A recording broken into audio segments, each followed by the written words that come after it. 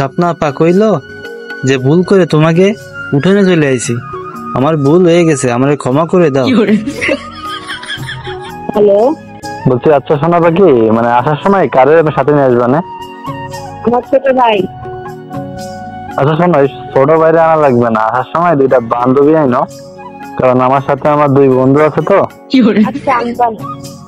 Hello hello, শোনো পাখি, তুমি এখন কোয়ানে? জান অবশেষে আমরা যাচ্ছি দেয়াতে। বন্ধু খুব জবরদস্তি এটা ধরে আমাকে নিয়ে যাচ্ছে। আচ্ছা বন্ধু, একটু চল যা, একটু দেয়ারে আসি। যে মেলা দূরি, আবার কম দূর না, আমাকে কয়েছে যে কম দূর সে মেলা দূরি। তা বন্ধুরে করলাম যে তুই একটু আমাকে এলাকার দিকে আসতি কর, তাহলে তো এত দূরে যাওয়া লাগে না কষ্ট হয়ে। সে একটু আসলো, আমরা একটু আসলাম, তাহলে মাঝামাঝি অবস্থায়, তাহলে আমাকে দেখা করতে সুবিধা হবে। কি টাকার কথা শোনে তো ভালো কথা, ঠিক আছে চল। পরে বন্ধুরে করছি, বন্ধু শোন, আমরা তো তোর সাথে দুইজন যাচ্ছি, তা তুই তো ভবিষ্যতে দেখা করবি নি, গল্প দিবি নি, বাদাম খাবি নি, আমরা কি আর পানি, তোরাও আমার সাথে বসে থাকবি পাশে, এটা কিরাম একটা হয়ে যায় না? তুই গল্প দিবি আর আমরা পাশে বসে থাকবো, তা কি হয়? তুই এক কাজ, তুই ভাবিরে ফোন দে, দিয়ে ক কি হয় তোমার দুটো বোন আনতি, তা নাহলে দুটো বান্ধবী, তাহলে আমরা দেখা গেল গল্প দেওয়ার মতো লোক পেলাম, ওকেও বিরক্ত করলাম না, কাউ মেয়ে হাড্ডি হলাম না, বুঝিস? হ্যাঁ বুঝেছি, দাঁড়া কথা করে দেখতেছি কি কয়।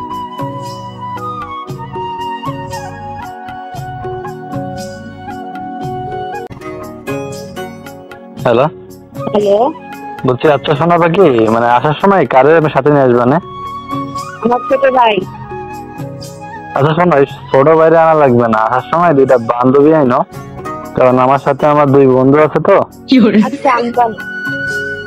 বন্ধু আমাকে কষ্ট, হ্যাঁ ফোন তো দিছি, ওকে তো কপাল খুলে গেছে, দুটো বান্ধবী আনতেছে। তা আমি আবার করছি যে বন্ধু তুই তো বান্ধবীকে দিয়েছিস, তো দেখতে কিরাম, কাছে কি যে আমার যদি তোর ভাবি অনুমতি দিত, তাহলে তার সহ তিনটে একসাথে বিয়ে, তাহলে বোঝ কত সুন্দর, এই জীবনের মতো মনে আজকে একটা ভালো কাজ করলো। তারপর আমরা গল্প দিতে দিতে এলাকা দেখতে দেখতে আমরা চলে যাই সেই ভাবির এলাকায়। যাওয়ার পরে দেখি মাঝখানে সে বিশাল উঠান, রাস্তার মাঝখানে ইয়া বড় উঠান, তখন মনে পড়ে গেল স্বপ্না আপার কথা। স্বপ্না আপা কইল যে ভুল করে তোমাকে উঠানে চলে আইছি, আমার ভুল হয়ে গেছে, আমারে ক্ষমা করে দাও। সে এক দুঃখের কথা, উঠোন পাড়ি দিয়ে চলে গেলাম সেই গন্তব্যস্থানে যাই টিকিট কাটলাম, ভিতরে প্রবেশ করার পরে বন্ধুরে বললাম, বন্ধু তাহলে ফোন দাও, ভাবি জানবে ফোন দাও। বন্ধু ফোন দিয়ে শোনে, আর আমি পাশ দিয়েও শুনি, সে করুণ কথা বলতেছে। এদিকে কিন্তু শুনে আমিও কিছুটা মানে আন্দাজ করতে পারতেছি যে কিছু একটা গরমিল হইছে। হ্যালো হ্যালো, শোনো পাখি, তুমি এখন কোয়ানে? জান আমি আসতে পারবো না, আমার আম্মু বাড়ি নাই, খালা বাড়ি গেছে, বাড়ি কেউ নাই, আম্মু আর আমি ছাড়া কেউ নাই। আম্মু থাকলে আমি আসতে পারতাম, আম্মু নাই তাই আমি আসতে পারবো না। তুমি কষ্ট করে চলে যাও, অন্য একদিন দেখা করবো। এমন কথা বলতে হয় না, এটা আসো না কষ্ট করে। না, অন্য একদিন দেখা করবো, আসতে পারবো না আসতে।